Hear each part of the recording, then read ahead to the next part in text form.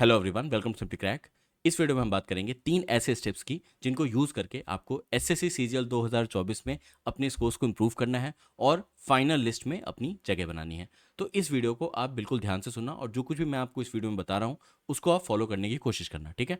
Video शुरू करने से पहले मैं आपको बता दूं, अगर आपने अभी तक टेक्स्ट बुक का पास नहीं खरीदा है तो उनकी वेबसाइट पे एक सेल चल रही है जहाँ पे उनका ईयरली प्रो पास 439 रुपीज़ का मिल रहा है। इस प्रो पास से आप सिर्फ एसएससी ही नहीं, इंडिया में होने वाले किसी भी गवर्नमेंट एग्जाम के previous year papers, multiple mocks, sectional test, ये सब कुछ दे सकते हो। इस पास को खरीदने का लिंक आपको डिस्क्रिप्शन में मिल जाएगा और अगर आप मेरा कोड आलोक यूज़ करते हैं तो आपको मैक्सिमम डिस्काउंट भी मिलेगा। तो चलिए वीडियो शुरू करते हैं। अब जिस 3 स्टेप की बात होगी इस वीडियो में, उसमें सबसे पहला स्टेप है कि आपका सेल्फ असेसमेंट। आप कहाँ खड़े हो in terms of your ability to get final selection in the final PDF, ठीक है। तो आपका एक सेल्फ असेसमेंट होना चाहिए कि आप अभी कहाँ स्टैंड करते हो, ठीक। वो हम इस वीडियो में देखेंगे कि आपको कैसे करना है। सेकंड स्टेप होगा कि आप यहाँ क्यों हो, ठीक है। आपको अपने बारे में एक असेसमेंट करना है, एक एनालिसिस करनी है कि आप अभी यहाँ क्यों खड़े हो, ठीक है। कौन कौन सी चीज़ें लैग कर रही हैं, कौन कौन सी चीज़ों पर आपको काम करना है। और तीसरा जो पॉइंट हम डिस्कस करेंगे कि ऐसी कौन सी चीज़ें हैं जिनको करके आप सिलेक्ट हो सकते हो, कौन कौन सी चीज़ें ऐसी करनी चाहिए आपको जिससे आप ये फर्स्ट और सेकंड स्टेप में इंप्रूव कर पाओ, ठीक है। तो बात करते हैं कि ये जो फर्स्ट स्टेप है आपका कि आप अभी कहाँ खड़े हो, इसका एक सेल्फ असेसमेंट जरूरी है। और सेल्फ असेसमेंट के लिए आप एक बात समझो, जितना मैंने एनालाइज किया है मैं आपको बता सकता हूँ कि जितनी वैकेंसीज हैं इस बार 2400 ग्रेड पे के लिए, अगर आप 300 प्लस का रॉस को टारगेट करते हो तो इतना सफिशियंट होगा। 4600 ग्रेड पे के लिए 315 प्लस का रॉ मार्क्स आपको टारगेट करना चाहिए। अगर आप इतना ला पा रहे हो तो आप बहुत अच्छी पोजीशन में हो। और ये जो रॉ स्कोर है ना, ये जज करने का सबसे अच्छा जो तरीका है, जो सबसे स्टैंडर्ड चीज़ है, वो है 5 प्रीवियस ईयर पेपर्स। वो जो 2022 के 4 पेपर्स हैं और 2023 का एक मेंस का पेपर है। ये जो 5 पेपर्स हैं ये बहुत ही अच्छे पैरामीटर्स हैं अपने प्रिपरेशन को जज करने के लिए। तो मैंने आपको अपनी पिछली स्ट्रेटजी वीडियो में बताया था कि इन 5 पेपर्स को आपको बहुत ढंग से यूज़ करना है अपने आप का सेल्फ असेसमेंट करने के लिए। तो इन प्रीवियस ईयर पेपर्स में आप जितना भी स्कोर कर पाओगे वो आपको एक राइट असेसमेंट देगा कि आप अभी प्रिपरेशन के रिगार्डिंग कहाँ खड़े हो, ठीक है, कितना आप दूर हो उस फाइनल लिस्ट से। और अगर मैं रैंडम मॉक्स की बात करूं जो आप अलग अलग प्लेटफॉर्म पे देते हो, अगर आप 95 परसेंटाइल प्लस ला रहे हो, ठीक है, रैंडम मॉक्स में भी, चाहे वो स्कोर आपका जो भी हो, चाहे पेपर टफ हो तो स्कोर कम आता है, इजी हो तो ज़्यादा आता है, लेकिन अगर आप 95 परसेंटाइल एंड एवब ला रहे हो तो ये भी एक सही डायरेक्शन में हो आप, ठीक है। तो अब जब आपको ये क्लियर है कि आप किस कैटेगरी में फॉल कर रहे हो, तो आपको ये सोचना है कि आप यहाँ क्यों हो, ठीक है, और उसके रीजंस पे काम करना है। देखो रीजन आपके क्या क्या हो सकते हैं। इधर आप कुछ तो गलत कर रहे हो, ठीक है, मतलब अपनी जो आपकी पढ़ाई है या जो चीज़ें आप अपने एग्जामिनेशन के लिए कर रहे हो अपनी तैयारी में, उसमें कुछ तो गलत हो रहा है, तो आपको उसके बारे में सोचने की ज़रूरत है। या आप ऐसा कर रहे हो कि आप अपनी जो एक्चुअल वीकनेस है उस पर काम नहीं कर रहे हो, या तो आप सिर्फ मॉक्स दिए जा रहे हो, ठीक है, या आंख बंद करके कॉन्सेप्ट पढ़े जा रहे हो। कुछ तो आप ऐसा कर रहे हो जिससे आपका स्कोर इंप्रूव नहीं हो रहा और ये आपको सोचने की ज़रूरत है, ठीक है। मतलब ये मैं आपको इसलिए बता रहा हूँ कि अभी से लेके एग्जाम तक का जो टाइम है उसमें आपका जो सेल्फ एनालिसिस वाला मोड है ना, ये एकदम हाईएस्ट लेवल पे ऑपरेट करना चाहिए। आप ये नहीं सोच सकते कि आप सिर्फ मॉक्स देते रहो या पढ़ाई करते रहो, इससे आपका सिलेक्शन हो जाएगा। आंख बंद करने से सिलेक्शन नहीं होगा। सेल्फ एनालिसिस बहुत ही ज़्यादा इंपॉर्टेंट है। अगर आप ये नहीं करते हो तो आपका सिलेक्शन नहीं होने वाला। और सेल्फ एनालिसिस करके आपको क्या चीज़ें समझनी है, देखो आपको ये आइडेंटिफाई करना है कि आपके वीक एरियाज कौन कौन से हैं और जो हाई स्कोरिंग एरियाज हैं जहां आपसे क्वेश्चंस पूछे ही जाते हैं, वो आपको आइडेंटिफाई करना है और उन पे काम करना है। और कोई रास्ता नहीं है आपके सिलेक्शन का, ठीक है। दूसरा, कुछ ऐसे ट्रैप्स हैं जिनमें आपको नहीं पढ़ना, चाहे वो आप कैलकुलेशन में फंस जाते हो या आप रॉन्ग क्वेश्चंस पे ज़्यादा टाइम बिता देते हो, ठीक है, ये भी एक तरह का ट्रैप है, ठीक है। अगर आप बेकार का तुक्का मार के ज़्यादा निगेटिव मार्क्स ले रहे हो तो ये भी आपका ट्रैप है जिसको आपको अवॉइड करना सीखना है, तभी जाके आप अपने स्कोर में इंप्रूवमेंट ला पाओगे, ठीक है। अब ये जो 2 तरीके मैंने आपको बताए, चाहे आपके वीक एरियाज को आइडेंटिफाई करने की बात हो या ऐसे ट्रैप्स को अवॉइड करने की बात हो जिससे आपका मॉक स्कोर कम हो रहा है, तो उसके लिए आपको ज़रूरी है कि आप मॉक्स को अच्छे से एनालाइज करो। और उसमें पहला तरीका तो मैंने आपको बता दिया कि आप टेक्स्ट बुक के मॉक्स यूज़ कर सकते हो ऑनलाइन, ठीक है। दूसरा एक और तरीका है, अगर आप अपना मॉक्स ऑफलाइन देते हो, ठीक है, और इससे एनालाइज करते हो तो आपको बहुत हेल्प मिलेगी, मतलब बहुत जल्दी जल्दी आप एनालाइज कर पाओगे, अपने वीक एरियाज पे काम कर पाओगे, ठीक है। और ऑफलाइन मॉक्स के लिए आपको सेट्स आते हैं, देखो किरण पब्लिकेशन की बुक्स आती हैं, इनको आप ले सकते हो। इसमें आपको ओवरऑल प्रैक्टिस बुक भी मिल जाएगी, और अगर आपको किसी स्पेसिफिक सब्जेक्ट में प्रॉब्लम है तो वो आप ले सकते हो, ठीक है। ऑफलाइन मॉक्स का फायदा क्या है? देखो, ऑफलाइन मॉक्स का फायदा है कि आपको ये बुक मिली, इसमें आपके जो भी आपने सपोज करिए, इसमें सारे आपको 2022 और 23 के प्रीवियस ईयर पेपर्स मिल जाएंगे, और साथ ही 20 से भी ज़्यादा सेट मिल जाएंगे। तो अगर आप इन सेट्स को देते हो और उसमें टिक कर देते हो, ठीक है, सीधा सीधा टिक करके आप उसको एनालाइज करते हो कि आपने कहाँ जाके कौन से क्वेश्चन में किस तरह की गलती की है, तो एक बहुत अच्छा रिपोजिटरी बन जाएगा, ठीक है। एग्जाम से पहले अगर आप इतना भी रिवाइज करके चले जाते हो, मैं आपको गारंटी दे सकता हूं कि आपके स्कोर में इंप्रूवमेंट होगी, ठीक है। तो चलिए बात करते हैं कि अब यहां से ऐसे कौन से स्टेप्स हैं जो आपको फॉलो करने हैं ताकि आप फाइनल पीडीएफ में अपना नाम देख पाओ, ठीक है।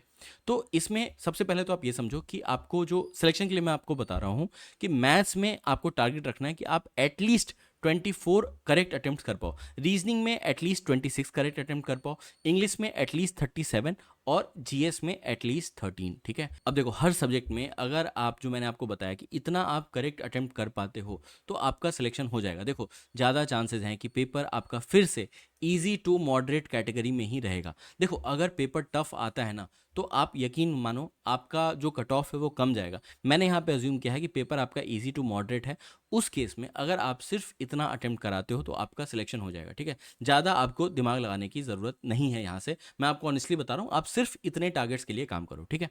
और इतने टारगेट तक पहुंचने के लिए आपके पास टाइम कितना है? तो देखो, बहुत सारी थ्योरी चलती रहती है कि मिड ऑफ दिसंबर एग्जाम होगा, कि 15th ऑफ दिसंबर से एग्जाम होने वाला है, या 18th ऑफ जनवरी, एक और डेट आ रहा है कि 18th ऑफ जनवरी से एग्जाम होने वाला है। मैं कहूँगा देखो, एसएससी ने कुछ भी नोटिफाई किया नहीं है, तो आप ना 30 दिन का टाइम लेके चलो कि 30 डेज के ब्रैकेट में, क्योंकि इतना तो माना जा सकता है कि 30 दिन का टाइम तो आपको मिलेगा ही, अनाउंसमेंट से लेके और एडमिट कार्ड आने तक और एग्जाम होने तक, तो 30 दिन का टाइम तो अज्यूम करके चल सकते हैं मिल रहा है आपको।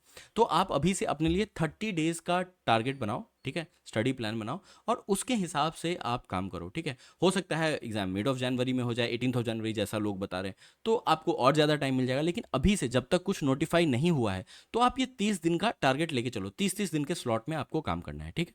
अब इसमें आपको करना क्या है? आपको मॉक्स के स्ट्रैटेजी पे ध्यान देना है, ठीक है। और इसमें 3 चीज़ें हैं आपके ध्यान देने लायक। सबसे पहली चीज़ तो आपकी टाइमिंग है, दूसरी चीज़ आपका अप्रोच है, और तीसरा रीवर्क है। एक एक करके देखते हैं। टाइमिंग्स की बात करें तो सेक्शन 1 में जो आपका रीजनिंग है वो आपका 20 से 22 मिनट में खत्म होना चाहिए, ठीक है। इसमें जो भी डुएबल क्वेश्चंस है ना, वो आप कर लोगे, ठीक है। बाकी जो बचा हुआ टाइम है वो आपको मैथ्स में देना है, और मैथ्स के लिए आपको अपने लिए रखना है 38 से लेके 40 मिनट, ठीक है। सेक्शन 2 की बात करें तो जीएस आपका 10 से 15 मिनट में खत्म हो जाना चाहिए मैक्सिमम, ठीक है। उसके बाद आपको जो टाइम रखना है वो है इंग्लिश के लिए। तो ये आपकी टाइमिंग्स होनी चाहिए, और इसको आप प्रैक्टिस करो अपने मॉक में, ठीक। अब बात करते हैं अप्रोच की। तो देखो, अप्रोच में सबसे पहले सेक्शन 1 आता है। सेक्शन 1 में 2 सब्जेक्ट्स हैं, रीजनिंग और मैथ। रीजनिंग में देखो 2 चीज़ें होती हैं, कुछ क्वेश्चंस होते हैं जो डायरेक्टली डुएबल होते हैं, कुछ क्वेश्चन होते हैं जो कंफ्यूजिंग होते हैं, और इन कंफ्यूजिंग क्वेश्चंस में ही आपका टाइम ज़्यादा जाता है। और ये कौन से टॉपिक से होते हैं जनरली? ये जनरली इन सारे टॉपिक से होते हैं, ये मैंने आपको यहाँ पे लिस्ट आउट कर दिया है, ठीक है। आप अपने भी टॉपिक्स यहाँ पे ऐड कर सकते, अगर आपको उसमें कंफ्यूजन रहता है तो आपको इन टॉपिक्स में करना क्या है? आपको एक तो प्रैक्टिस करनी है, ठीक है, प्रैक्टिस करनी है, और प्रैक्टिस से आपको ये चीज़ समझनी है कि कौन से क्वेश्चन को आपको देखते ही छोड़ देना है, ठीक है। यहाँ पे आपका काम आएगा आर्ट ऑफ स्किपिंग। प्रैक्टिस से आपको सिर्फ ये नहीं करना कि आप कैसा भी क्वेश्चन सॉल्व कर लो, ठीक है, वो भी चीज़ें हैं जिन पे आपको काम करना है, लेकिन आपको इस चीज़ पे भी काम करना है कि किस टाइप के क्वेश्चन आपको ज़्यादा टाइम ले रहे हैं, कौन से ऐसे क्वेश्चन है जो आपको 40 सेकेंड से 1 मिनट ले रहे हैं और उससे ज़्यादा, ठीक है, और फिर भी गलत हो जाते हैं। तो आपको ऐसे क्वेश्चंस को आइडेंटिफाई करना है और उसको स्किप करने की कोशिश करनी है फर्स्ट राउंड में, ठीक है। और देखो, अगर आप सेक्शन 1 को 2 राउंड में अटेम्प्ट कर पाते हो ना, तो इससे बढ़िया कुछ भी नहीं है। एक सबसे बड़ा फायदा पेपर को 2 राउंड में अटेम्प्ट करने का ये है कि आपको ये समझ में आ जाता है कि पेपर में कौन सा पार्ट टफ आया है। कभी कभी एग्जाम में होता है कि रीजनिंग बहुत ही टफ आती है, मैथ बहुत ही ईजी हो जाता है। तो मान लो आपने रीजनिंग से शुरू किया और आपने बहुत ज़्यादा टाइम गंवा दिया, तो आप मैथ में भी अटेम्प्ट नहीं कर पाते। तो 2 राउंड में पेपर अटेम्प्ट करने का फ़ायदा ये होता है कि आपको पेपर का एक करेक्ट असेसमेंट मिल जाता है कि भाई कितना इसमें डुएबल है, ठीक।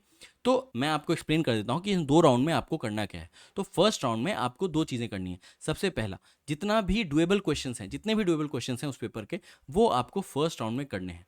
अब डुएबल से मेरा क्या मतलब है? डुएबल से मेरा मतलब ये है कि आपने क्वेश्चन पढ़ा और आपको समझ में एग्जैक्टली समझ में आ गया कि आपको करना क्या है। आपके पास सिर्फ इतना टाइम है कि आप उसमें स्टेप्स को कैलकुलेट करो और आंसर मार्क करो। तो इसमें आपको 30 सेकंड से 40 सेकंड, इससे ज़्यादा नहीं लगना चाहिए। तो जो भी ऐसे क्वेश्चंस हैं, मैं उनको डुएबल कैटेगरी में रखता हूँ। आपको वो क्वेश्चंस कर लेने हैं, ठीक। साथ ही साथ दूसरा काम आपको ये करना है कि जब आप क्वेश्चन पढ़ते हो तो आपको ये आइडिया लग जाएगा कि भाई ये बनने वाला है मेरे से या नहीं बनने वाला। तो अगर आपको ये लग रहा है कि ये मेरे से बन तो जाएगा लेकिन इसमें टाइम लग सकता है या मुझे कुछ और भी सोचना पड़ेगा, तो उसको आप मार्क फॉर रिव्यू में डाल दो, ठीक है। और अगर आपको लग रहा है कि आपसे ये क्वेश्चन बन ही नहीं सकता, आपको आइडिया ही नहीं है, तो उसको आप स्किप कर दो। तो ये दोनों काम है जो आपको फर्स्ट राउंड में कर लेने हैं। अब सेकेंड राउंड में आपको क्या करना है, आपको ये जो क्वेश्चंस आपने मार्क फॉर रिव्यू किए हैं, आपको इनको देखना है, इनको बनाना है, ठीक है। इसमें आप जितना बना पाओगे उतना ही आपके सिलेक्शन के चांसेस बढ़ जाएंगे। और ये जो फर्स्ट राउंड में आपने डुएबल क्वेश्चंस कर रखे होंगे, इससे आपको एक बहुत ही अच्छा आइडिया लग जाएगा कि आपको सिलेक्शन के लिए, मतलब ओवरऑल आइडिया लगेगा कि पेपर का लेवल कैसा है और सिलेक्शन के लिए आपको और कितने अटेम्प्ट्स करने की ज़रूरत है, ठीक है। तो ये जो 2 राउंड में पेपर अटेम्प्ट करने की स्ट्रैटेजी है, बहुत ही अच्छी है। अगर आप इसको अपनाते हो तो आपको बहुत ही ज़्यादा बेनिफिट होगा, ठीक है।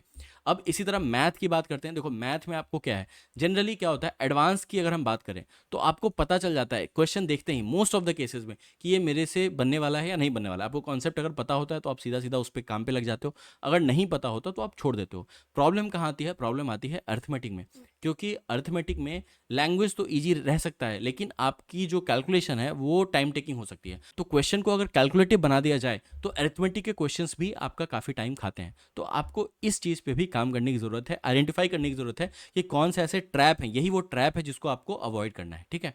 अब मैथ के कुछ चैप्टर्स मैंने यहाँ पे लिस्ट आउट कर दिए हैं कि ये कुछ इंपॉर्टेंट कॉन्सेप्ट्स हैं हर एक चैप्टर से, जिन पे आपको काम करने की ज़रूरत है, ठीक है। इस पीडीएफ को मैं अपने टेलीग्राम चैनल पर शेयर कर दूंगा, वहाँ से इसे ले सकते हैं और ये इंश्योर कर सकते हैं कि भाई ये जो टॉपिक्स हैं उन पे आपकी अच्छी कमांड हो, ठीक है। आप अपने हिसाब से भी ऐड कर लेना अगर आपका कोई वीक एरिया हो। बाकी एग्जाम पॉइंट ऑफ व्यू से ये तो जो टॉपिक्स हैं ये मस्ट है, आपको करके ही जाना चाहिए। जो रिसेंट अभी एग्जाम्स हुए हैं उनको मैं एनालाइज करके ये टॉपिक्स बनाए आपके लिए, ठीक है। इसी तरह सेक्शन 2 की बात करते हैं। तो सेक्शन 2 में देखो जीएस में सबसे इंपॉर्टेंट क्या है। सबसे पहली चीज तो आप ये समझो कि आपने जो भी पढ़ना है आपने पढ़ लिया है, अब उसको रिवाइज करने का टाइम आया है। अगर आप रिवीजन में टाइम नहीं बिताओगे तो आप जीएस में कुछ नहीं वहां पे मार्क करके आओगे। और मैंने आपको क्या बोला, अगर आप 13 to 15 क्वेश्चंस अगर आप इतना भी करेक्ट करते हो जीएस में तो मोर देन सफिशिएंट है। आपका भी मैक्सिमम फोकस होना चाहिए कि आपने जो कुछ भी पढ़ा उसको रिवाइज करें, ठीक है। और जो भी आपको कुछ भी नए क्वेश्चंस या नए कॉन्सेप्ट्स मिलते हैं उनके लिए आप नोट्स बना सकते हो। और जीएस के लिए भी मैंने टॉपिक्स लिस्ट आउट कर दिया है कि अगर किसी ने कुछ चीज़ें नहीं पढ़ी जीएस में या ऐसा लग रहा है कि जीएस में स्कोर इंप्रूव नहीं हो रहा, तो आप इन सारे टॉपिक्स पे काम कर सकते हो, ठीक है। ये 30 डेज का प्लान मैंने आपके लिए दिया है।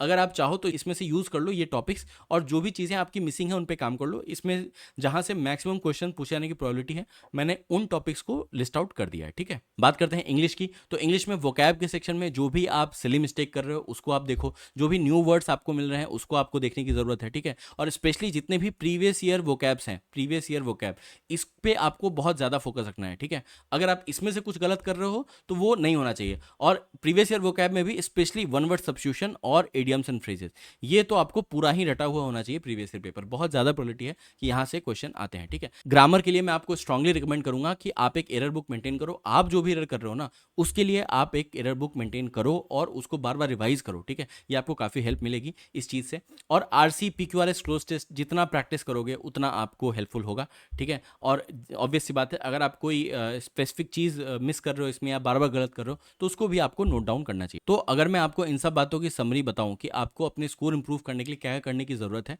तो आपको एक लिस्ट ऑफ वीक चैप्टर्स बनाना है हर एक सब्जेक्ट में और उस पर आपको काम करना है। साथ ही आपको अपनी एक एरर की बुक बनानी है अलग अलग सब्जेक्ट्स में, अलग अलग चैप्टर्स में, और वो आपको रिवाइज करके जाना है एग्जाम से पहले। फॉर्मूला बुक डेफिनेटली आपके पास मैथ्स की होनी चाहिए, उसको आपको बार बार रिवाइज करना है। साथ ही जो ये reading comprehension, PQRS, cloze test, जितने नए नए तरह के रीडिंग कॉम्प्रिहेंशन, पीक्यूआरएस और क्लोज टेस्ट आप प्रैक्टिस करोगे उतनी आपकी एबिलिटी अच्छी होती जाएगी। वोकैब के लिए आपको डेली रिवीजन करना पड़ेगा और ये सारी चीज़ें आपको एक साथ करनी पड़ेगी आपके मेंस के एग्जाम तक, तभी आपके चांसेस फाइनल पीडीएफ तक पहुंचने के बढ़ सकते हैं, ठीक है। तो आई होप कि आपको ये वीडियो पसंद आई होगी। अगर आपको इस चैनल का कंटेंट पसंद आता है तो प्लीज़ चैनल को सब्सक्राइब करें। Thank you.